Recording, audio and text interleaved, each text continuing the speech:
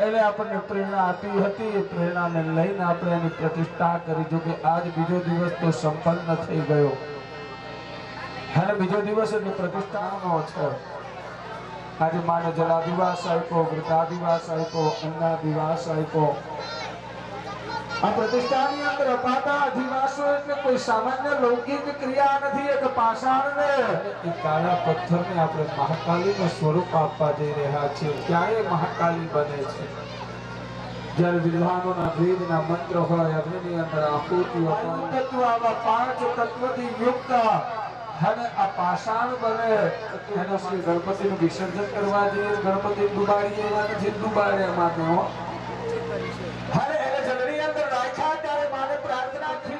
પ્રાપ્ત કરવા માટે અન્નાદિવાસ આપ્યો. એની અંદર તેજ તત્વને બાળકને એને ઉત્તમ બનાવવા માટે મા બાપ 25 વર્ષ સુધી પ્રયત્ન કરે ને તો એની અંદર સંસ્કાર આવે તો આવે. અને અરે કદાચ સંસ્કાર ના આવે ને તો 25 વર્ષની મહેનત ઉપર પાણી ફરતા વાર નથી લાગતી. ત્યારે આ 3 દિવસની અંદર એની અંદર સંસ્કારોનું સિંચન કરી એક પથ્થરને પરમેશ્વરીનું સ્વરૂપ આપીને એને પૂજતું કરવું એ આ પ્રતિષ્ઠાનું કાર્ય છે.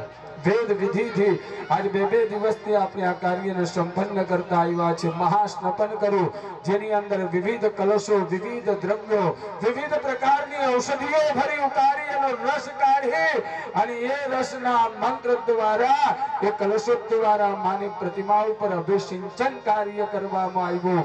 એની અંદર રહેલા એ તત્વો અને એ ઔષધિઓને એ મંત્રનું તત્વ એ આ મૂર્તિને પ્રાપ્ત થાય એ પ્રાર્થના આપણે કરી છે. અને ત્યાર પછી માને શયનાધિવાસ આપ્યો છે. અને માને આજે એક પ્રાર્થના કરવાની છે કે માં આજની રાત તું સૂજે અને અમે તને સુવાડીએ છે. અને આજની આખી રાત્રિ તું ઊંઘજે, પણ કાલ સવાર પરંતુ જાગે ને અને પછી ક્યારેય તને ઊંઘવા મળશે અને મળે. કારણ કે રાત્રે 12 વાગે તકલીફ પડે, માને યાદ કરીએ, હા કાલી તારી પ્રતિષ્ઠા કરી હતી, આ તકલીફ આવી છે. અને ખરા બપોરે 12 વાગે માને યાદ કરીએ. હવે ક્યારે આપણને તકલીફ આવે આપણે જાણતા નથી. અરે એ તકલીફમાં આપણે આવીએ એટલે તરત માને યાદ કરીએ અને પછી માને કઈ ઊંઘવા મળતું.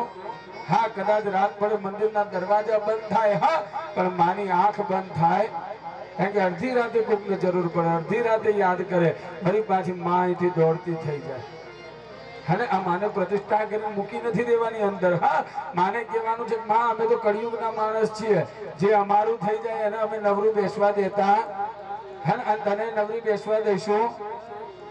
અને માને કહેવાનું માં 2 કામ સોંપીએ છે તને, ત્રીજું નહીં. અને કયા 2 કામ સોંપીએ છે? માં મંદિરમાં તું બેસજે, અને જેની મંદિરમાં બેસે એવી અમારા હૃદયમાં બેસજે. અને બેઠા પછી 2 કામ કરજે. એક કામ એ કરજે કે અમારા હાથે ખોટું થતું હોય તો અમને અટકાવજે, અને સારું થતું હોય તો માં તું અમને સહાય. અને ત્રીજું નથી સોંપતું, બરોબર છે? માને કહેવાનું 2 જ કામ કરજે. એક ખોટું થતું હોય તો અટકાવજે, અને સારું થતું હોય ને તો અમને સહાય કરજે. બસ આટલું કાર્ય માને કહેવાનું માં તું કરજે. આજે બધાએ 2 હાથ જોડો અને આજે બીજા દિવસની પૂજાને વિરામ અર્પણ કરવો છે. મસ્તક નમાવી તારા ચરણોમાં વંદન કરી માં અમે તારી ક્ષમા માંગીએ છીએ. ક્ષમસ્વંચ પરાધમ્મે, હે માં અમારો કોઈ અપરાધ અજાણતા પણ થયો હોય ને તે અપરાધને તું ક્ષમા કરી દેજે. તો તું છે કરતું અન્યથા કરતું તું છે. અને તે અમારી અંદર બેસીને જેટલું કરાવ્યું છે એટલું અમે કર્યું છે. માં એક જ પ્રાર્થના કરીએ છીએ કે માં બાલ વત પરિપાલન, હે માં બાળક જાણીને અમારું પાલન કરજે, બાળક જાણીને અમારું પોષણ કરજે. અરે માં અને એક આ સંસારની માં પણ કોઈ દિવસ પોતાના સંતાનને દુખી ન થવા દે. તું તો જગતની જનતા છે અને આ જગતની જનતા જ અમે તને 2 હાથ જોડીને પ્રાર્થના કરીએ છીએ કે માં અમે તારા બાળકો છીએ ને એક જ પ્રાર્થના તને કરીએ છીએ, ક્યારેય તું અમને દુખી થવા દેતી નહીં. અને સુખી કરે ના કરે વાંધો નહીં, અમને રૂપિયા વાળા કરે ના કરે, તો અમારા પરિવારમાં તું ક્યારેય કોઈને દુખી ન થવા દેતી. એક સિદ્ધાર્થ શારદા જનની સ્મરણથી. આ જગતગુરુ શંકરાચાર્યએ કહ્યું છે કદાચ કોઈને કોઈ ભોગોની ભૂખ લાગી જાય, હાલે કદાચ કોઈની અપેક્ષાની કોઈ તૃષ્ણા જાગી જાય, માં તારા ચરણે આવી મસ્તક નમાવી જાય, હાથ ફેલાવી જાય ને તો માં આજે એક જ પૂર્ણ થાય અને તારી કૃપા એને પ્રાપ્ત થાય ને એટલી કરુણા તું કરજે અમારી ઉપર બસ એ જ ભાવથી આવ બે હાથ જોડી આજ બીજા દિવસના કર્મને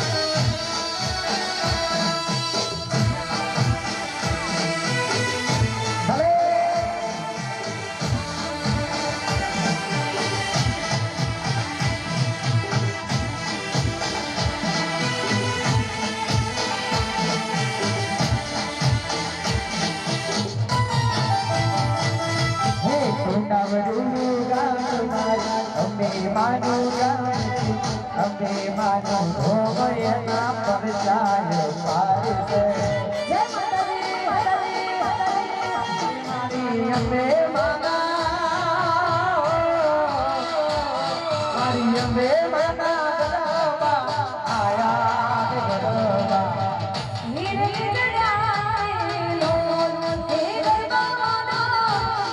ભગવાન